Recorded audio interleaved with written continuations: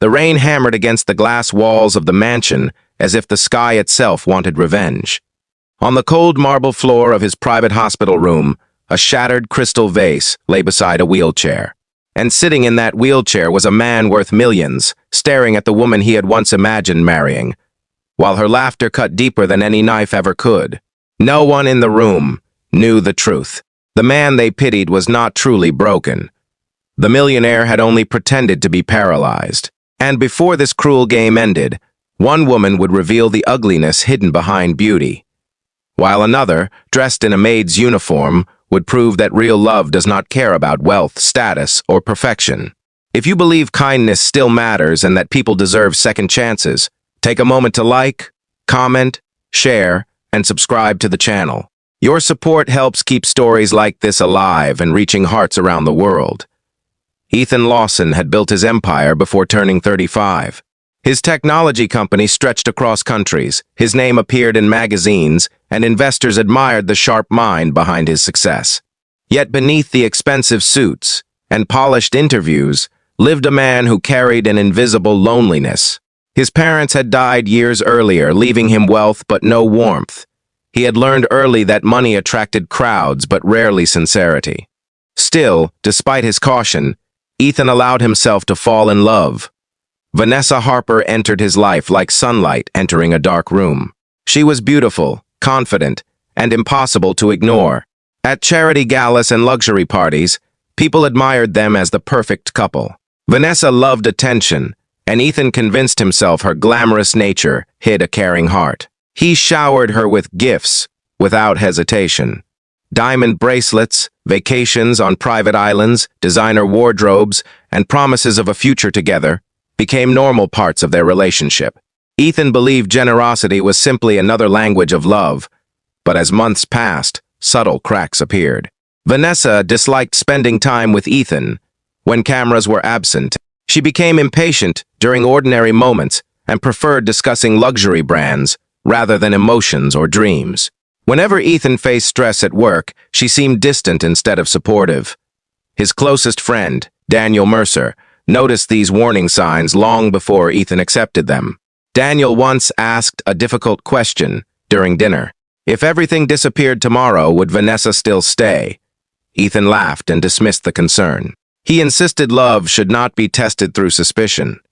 Yet Daniel's words quietly remained. Fate, however, had already prepared a test far harsher than any conversation. One evening, Ethan's driver lost control of the car during a violent storm. The vehicle crashed along a mountain road. News channels exploded with reports about the accident. Investors panicked, social media filled with sympathy, and doctors rushed to save the billionaire entrepreneur. Ethan survived. The injuries were real but not permanent. During recovery, he overheard something that shattered him more than broken bones ever could. From behind a partially closed hospital door, he heard Vanessa speaking with a friend. Her voice carried irritation rather than concern. She complained that the accident had ruined her plans, worried aloud about whether Ethan would become disabled, and even joked that caring for an invalid was not how she imagined her future. The words hit Ethan like another collision.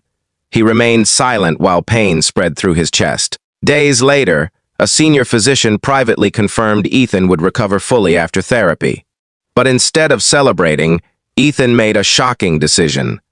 He wanted to pretend. Not forever, just long enough to see the truth. The doctor resisted at first, but Ethan insisted he needed certainty. He could not spend his life beside someone who loved only comfort and status. And so the secret began. The public learned that Ethan Lawson had suffered severe spinal damage and might never walk again. Sympathy poured in. Flowers crowded hospital corridors. Busyness partners expressed concern, and Vanessa arrived wearing expensive perfume and carefully rehearsed sadness. At first, she performed the role of the devoted girlfriend, convincingly. Cameras photographed her holding Ethan's hand. Online comments praised her loyalty, but behind closed doors, her patience faded rapidly. Ethan moved temporarily into the east wing of his mansion, redesigned for wheelchair access. A team of nurses rotated through shifts, though one employee quietly stood apart from everyone else. Her name was Clara Bennett. Clara had worked at the mansion for nearly 3 years. She came from a modest background and carried none of Vanessa's glamorous confidence. She was soft-spoken, hard-working, and often invisible to wealthy guests who passed through the house. Her father had died while she was young, and she helped support her mother and younger brother through honest labor. Ethan barely noticed her before the accident. Now fate placed her near him daily. While Vanessa complained about changed schedules and canceled vacations, Clara adjusted pillows, prepared meals carefully, and ensured Ethan never felt neglected. She did not offer exaggerated sympathy or perform kindness for applause. She simply cared. The difference slowly became impossible to ignore. Vanessa disliked Ethan's condition almost immediately. She hated the medical equipment, the slower pace, and the loss of public excitement surrounding their relationship. The man who once escorted her through luxury events now required assistance reaching the garden. One afternoon, while Ethan sat near the library window, Vanessa arrived wearing a striking dress clearly chosen for another destination. Her irritation was barely hidden. Instead of asking how he felt, she complained about postponing a European trip and hinted that life with him had become exhausting. Ethan listened quietly. Then came the cruelty he never forgot. Vanessa glanced at the wheelchair and laughed softly, calling it tragic that a powerful man could become so helpless.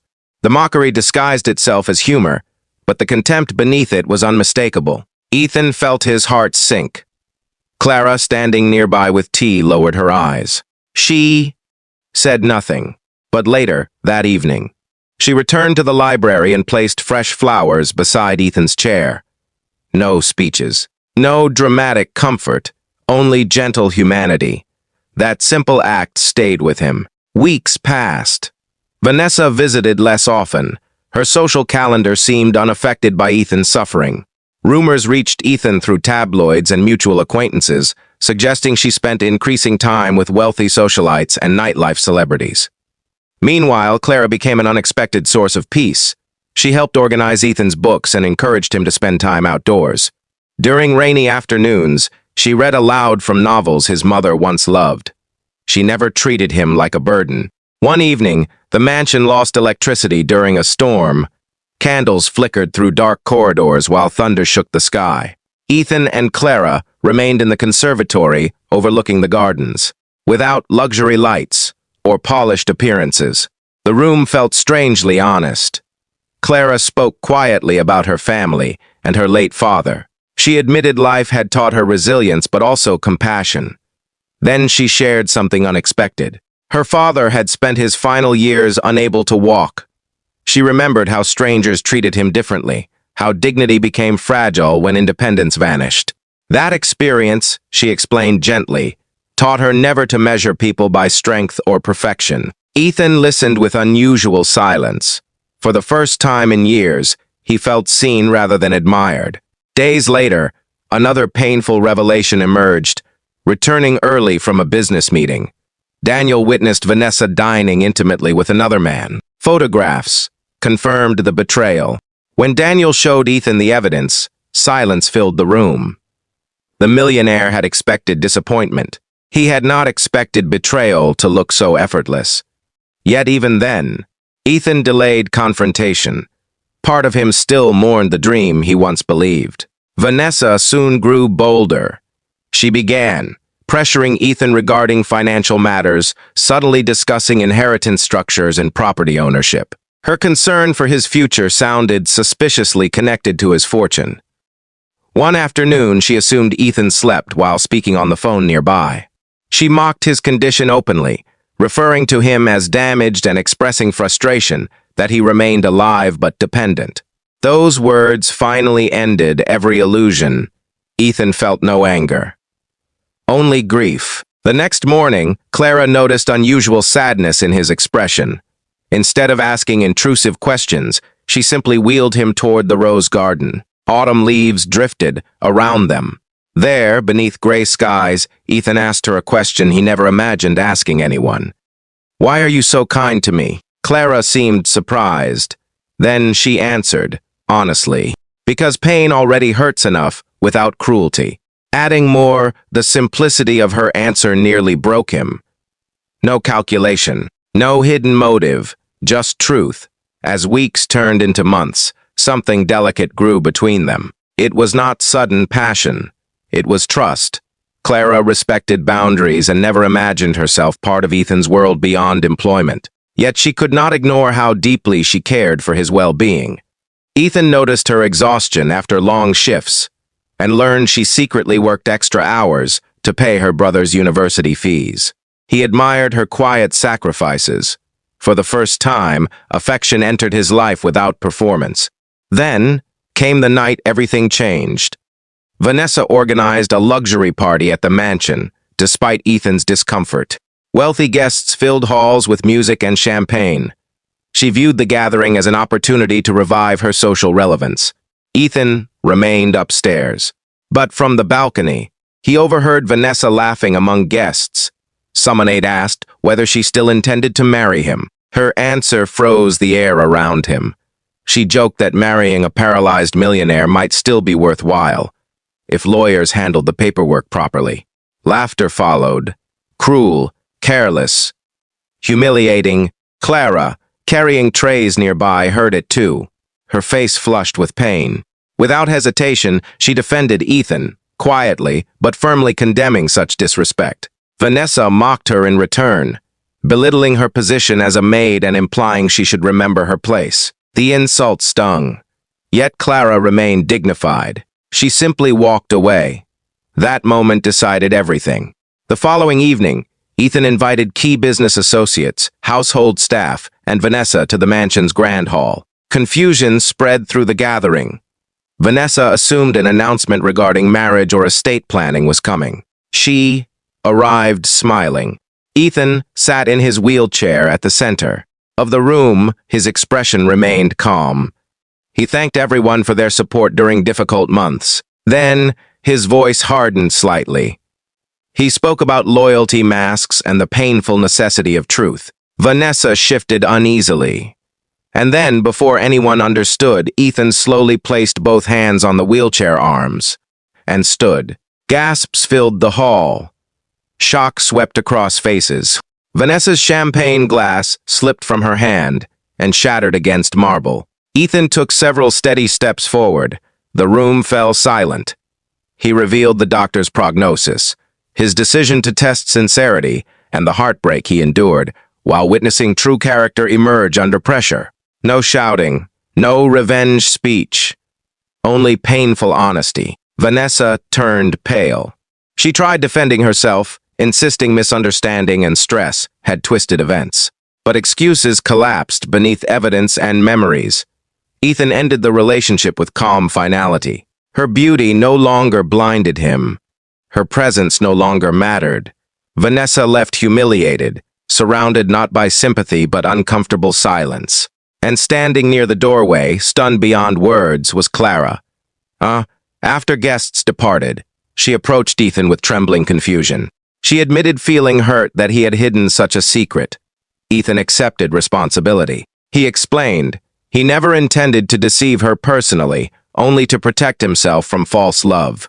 Then he confessed something harder. The experiment revealed not only betrayal, it revealed someone extraordinary he had overlooked all along. Clara lowered her eyes. Emotion trembled between them. Months later, the mansion felt transformed. Not because of renovations or luxury, because warmth finally lived there. Clara continued helping her family, though, now without crushing financial fear. Ethan returned gradually to business, but with changed priorities. He learned wealth means little without sincere connection. And love, real love, often arrives quietly, wearing ordinary clothes and carrying tired hands. Before we reach the ending, tell us in the comments. Do you think true love can survive when money and appearances disappear? A year later, beneath soft spring sunlight in the mansion garden, Ethan and Clara stood together among blooming roses. No reporters, no performance, only genuine happiness. The millionaire who once pretended to be paralyzed had finally stopped pretending altogether, and the maid who offered compassion, without expecting reward, became the greatest blessing of his life. If this story touched your heart, please like, comment, share, and subscribe. Your engagement helps these emotional stories reach others who may need hope, kindness, and a reminder that genuine love still exists. Because sometimes the richest people are not those surrounded by money, but those lucky enough to be loved for who they truly are.